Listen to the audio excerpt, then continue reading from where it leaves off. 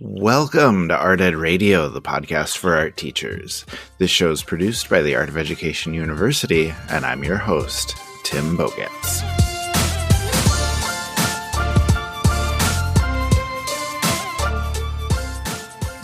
So last week, either Wednesday or Thursday night, I got on Twitter, where I probably spend a little too much time, to be honest, and I had a notification from Lena Rodriguez about this incredible art conference that she's doing, and I took a look at it. Just great sessions, great ideas, great artists appearing and presenting. I was like, this sounds incredible. And then the kicker, it's a conference for art students. I was all excited to go to it myself, and then I realized it was for students. And then I thought, like I said, this was just an incredible idea. So I invited her on the podcast to talk about the conference, and she said yes. She's here right now. Lena, how are you? I'm doing great. This has been my passion project, so I'm so excited to talk about it today. Awesome. I have so much that I want to know about it. So let's just start. Can you give us an overview? Can you just tell me about the conference? What is happening? When is it happening? And I guess most importantly, what can students learn if they're attending this conference? Yeah, of course. So the Palette Virtual Art Conference this is the first time we've decided to do something like this. It's taking place May 14th through the 16th, and it's going to be virtual. So any students grades 8 through 12 can participate for a super low fee and learn from all of these different artists. There's 20 different sessions, and we have different ranges of artists, from professional working artists, students that are at art universities, art teachers, including myself, and then even a couple of our younger art students that are both freshmen and sophomores. Nice. I saw that. I saw that you had some students presenting, and I was like, what an awesome opportunity for them. I think that's so cool. Now, are they nervous about having to present in front of everybody, or are they playing it cool? They're playing it pretty cool because with both of them, they are sharing something that's so important and significant to them.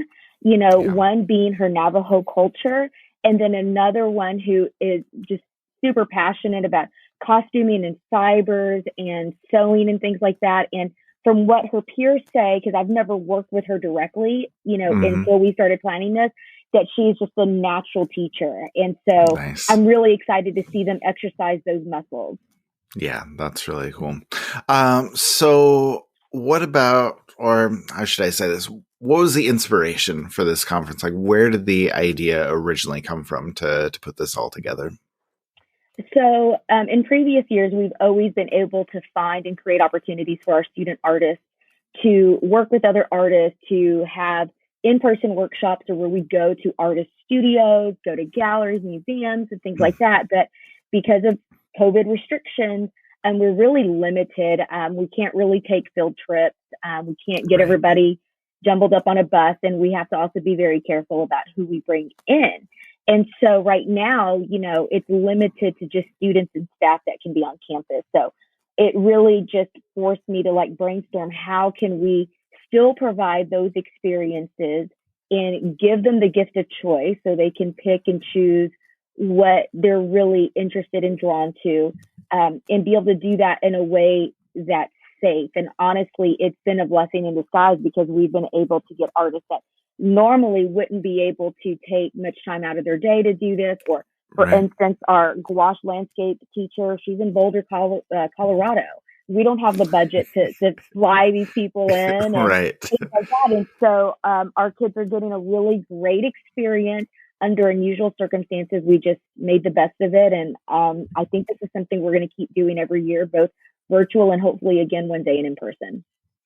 Yeah, that's cool. Now, what made you decide to just open it up to everybody rather than just your students? Was that a tough decision? Not at all. I have met so many great educators through either AOEU's network of educators and leaders, through my APSI retreats and things like that. I went to a great residency in Kansas City a couple of years ago. And I just thought, if I gained so much interacting and working with people from all over outside of my personal little circle of Texas, you know, I think our students can do the same thing, because you just never know. These kids might be able to connect with each other as artists, and really just branch out, and never too soon. You're never too young to network. And I thought, what a great opportunity to spread the word about all of the great things that we do at our campus, um, and just provide that opportunity for more people. And I think it's great for our artists that are presenting, because they're actually able to kind of get out of their region, their area. And now people from all over can learn about how awesome Riley Holloway's work is, or Raymond Butler, or Whitney Dowdy. So it was just a win for everybody. Yeah, that's awesome. And I think that is a really good opportunity, like you said, for both students and for artists. Now, I want to ask you about the schedule. You mentioned, providing a lot of choice, a lot of different sessions for people. And I guess the first part of that, it looks like there are just a ton of studio sessions happening. You mentioned the gouache landscape, but what are some other sessions that are kind of some of your favorites, or what are some that you think are going to be really popular for people? I think one of the sessions that are going to be, I think, really popular are with our alum. We have 3 alumni that are going to be presenting on different topics, and they're also going to be an open forum for their particular school. So we have SAIC in Chicago being represented, SCAD, and also Pratt. And it was really hard to limit it to those 3. We definitely have kids spread out even further, and we'll add to that as the years go by. But I think that's going to be really important for student artists that are thinking, is art school for me? What is it that I can learn from them and keep on going? And then also Joaquin Soto giving a class on preparing a gallery space and how to secure your own show and to work with a team of people to produce a show. That's a requirement for our seniors every year, that they have to put on a student exhibition their senior year of high school. And then I'm excited about my session on tackling artist block, because I don't believe in it. I believe there's a lot that we can do and to prevent that. And so I'll be sharing some tips and tricks on what I do to never be without an idea to create. Yeah, that's awesome, because I know so many of our students, well, I don't know if they run into creative block or if they just say they are because they don't feel like working, but no, just having those specific strategies, I think, will be really worthwhile. So that will be great. I also saw on the schedule a lot of feedback sessions with artists. Can you tell me about those? Like, what is going to be happening during those sessions? Okay, so we have 6 professional working artists that are going to be giving studio-based workshops. They'll introduce themselves, their artwork, their techniques and methods, and then as they walk the students through them, they're actually going to give them a prompt or an assignment for them to work on.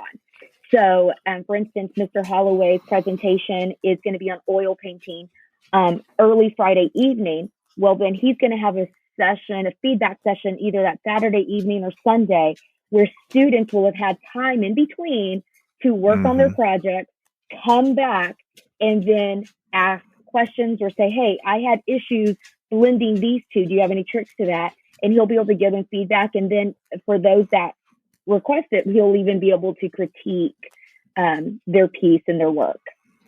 Yeah, that's such a good opportunity. Like, I don't know, like how often do you get to talk to just such amazing artists and just have them talk to you about their work? Like, that's going to be so cool for them. So I love that. So now you've mentioned Riley Holloway a couple of times. Fantastic artist. But can you tell everybody a little bit more about him, or just about other artists who are going to be there presenting or participating? Of course. So they're kind of all over the spectrum. We have some, like Riley, that's all he does. He's an artist, and that is his profession. And then we have some that are also educators. Perla Vargas, I think she's going to just really do amazing and great things. She's still finishing out her degree. She started a little later in life, but she has this fascination with fibers to the point to where she's wanting and raising her own sheep and Oh sharing my them. And I know, right? God. How cool is that? That's Um, amazing. yeah, and so I think that is just a fascinating story. Hannah, out of Boulder, Colorado, was also an educator, which I love, and was able to pursue her art. Be able to focus on that and her family. And she does these amazing gouache landscapes, and they're tiny. A few years ago, whenever I told my students we were going to do a landscape project, one of my students was like, "Do I look like I'm 90 years old about to die? I don't want to do a landscape." And so that resonated with me because that's an association students make with landscape art. And so Hmm. my goal was I legit scoured Instagram. I searched for the hashtag landscape painting, and I Yeah. went through a number of different artists. I'm like, okay, that's cool, that's cool.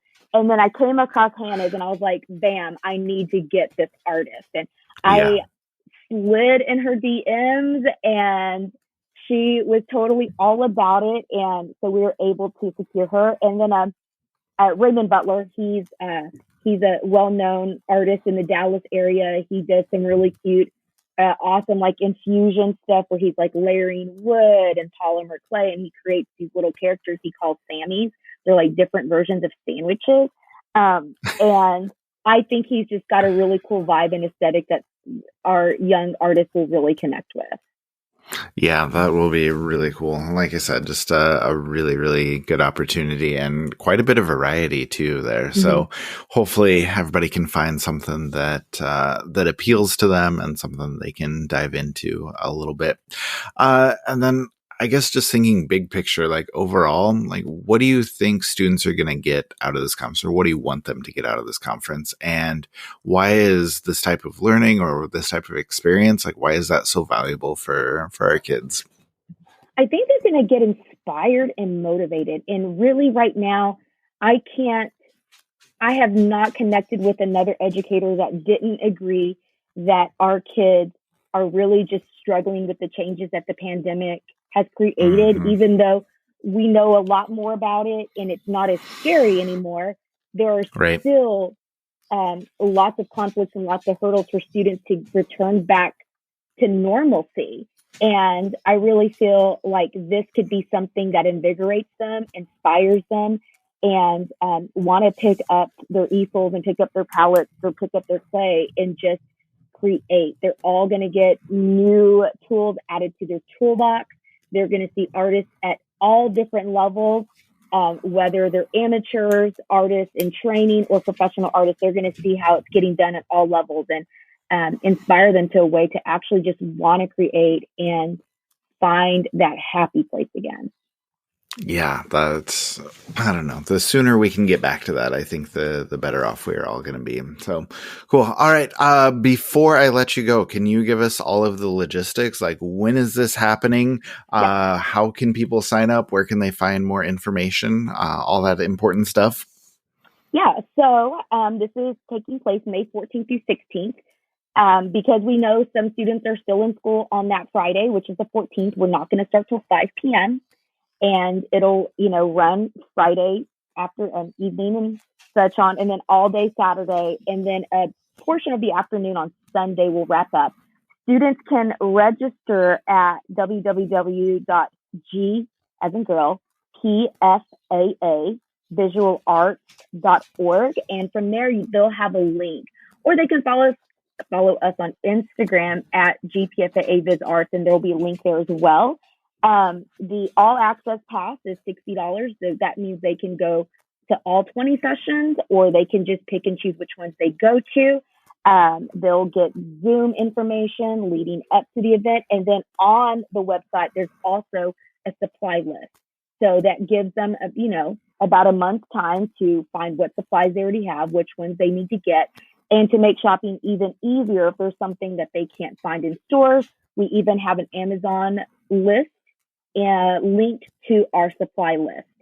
So this is something we just really want to encourage junior artists, grades 8 through 12.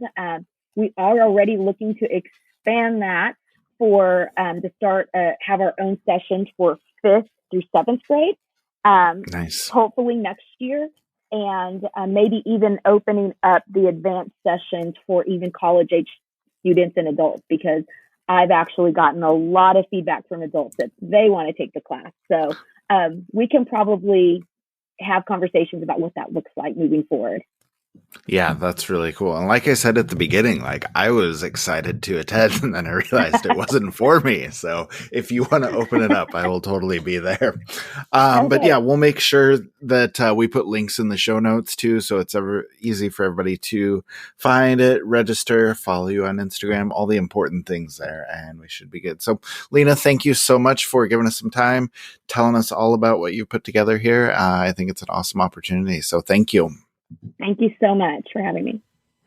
Now, before we go, I want to tell you again this week, because I'm really excited about this, about the Art of Education University's newest course, Innovation Through Design, where you can explore how to use design thinking to help your students solve complex problems in and out of the art classroom. In this innovative course, you will infuse the 5 stages of design thinking into your art curriculum and instructional practices, expanding your current practices to include human-centered, creative, and playful experiences for collaborative learning. After analyzing case studies from art teachers experienced in STEAM, makerspaces, and project-based learning, your toolkit will be bursting with new ideas for practical application at any level, no matter what grades you teach. Now, the first section of this course will start at the beginning of May, but they'll have new sections throughout the summer. You can sign up anytime. We will link in the show notes, and you can also go to theartofeducation.edu/courses to learn more. And best of all, I'm hoping to have Abby Shukai come on the podcast next week to talk about the course more in depth. So that should be a good discussion if we can make it happen. Now, a big thank you to Lena for coming on today to talk all about the conference that she has helped put together. And honestly, a big thank you for putting it together, because I think it is such a good opportunity for our students, for our artists, as they kind of continue to explore and continue to learn. A couple things that I wanted to talk about that came up in the course of that conversation. The first one is how this conference gives kids an opportunity to connect with each other. You know, we talk all the time as teachers about our PLN, our PLC, and the connections that we make online. And the thing is, like, our students are doing that too. I see so much collaboration happening online. I see so many connections being made on social media. And this conference gives kids the opportunity to expand those connections even more. They can connect with other artists in different parts of the country who are attending this conference. And, you know, social media makes it so easy to follow these people they meet on Instagram, on TikTok, wherever they are creating, and just continue to see what others are doing, continue to be inspired by them. And the more connections they make, the more places they can find inspiration. So, like Lena said, it's a great opportunity for our students to network with each other. Second thing, I think the talks from students who are currently in art school are so incredibly valuable for our juniors and seniors who are thinking about going to art school. Just being able to hear that perspective, being able to hear that real talk, the good parts, the bad parts about the art school experience can really help our current high schoolers decide whether it's for them or not. You know, I always ask our alumni to come back and chat about what's going on with them in art school, what they've learned, and just open up the floor to questions so the kids who are thinking about art school really have the opportunity to learn what it's all about. So those sessions are always wonderfully valuable. And then just a couple things about creativity overall. Lena mentioned her session on avoiding artist block, which I think is a big one for our students. We can do all the right things with, sketchbooks and ideation and jotting down notes and finding inspiration from different places, but that still doesn't, make our kids always want to work. They still, run into that block. So any strategies that they can find are going to be really helpful. And obviously Lena is an incredible teacher. So anytime your students have the chance to learn from her, that's a great opportunity for them. And then finally, just the whole weekend, the whole conference, and so much inspiration can come from it. Being able to speak with artists, being able to have artists critique your work or share some additional ideas with you, to have the chance to try out some new media, some new techniques, some new ways of making art, new ways of learning is a wonderful opportunity for our students. And then Lena said the cost is $60, which is an incredible value for all of this learning. And I know for a lot of our students, like $60 is a big ask. Like that's not going to be possible for them. But if your students have the means, if they can swing this, I would absolutely recommend getting them signed up for this conference. It is going to be a wonderful opportunity for them that'll just bring so much inspiration, so many new ideas to them, and will be incredibly valuable. So if they have the means and they can get there, they absolutely should take part in this wonderful conference. And as we said, we will put all of the links needed in the show notes, so it's easy for you to explore, easy to share with your students, and hopefully they can take advantage of the opportunity.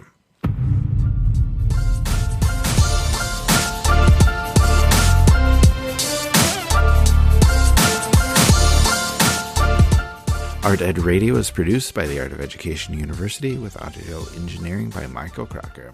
Thank you, as always, for listening, and we will talk to you next week.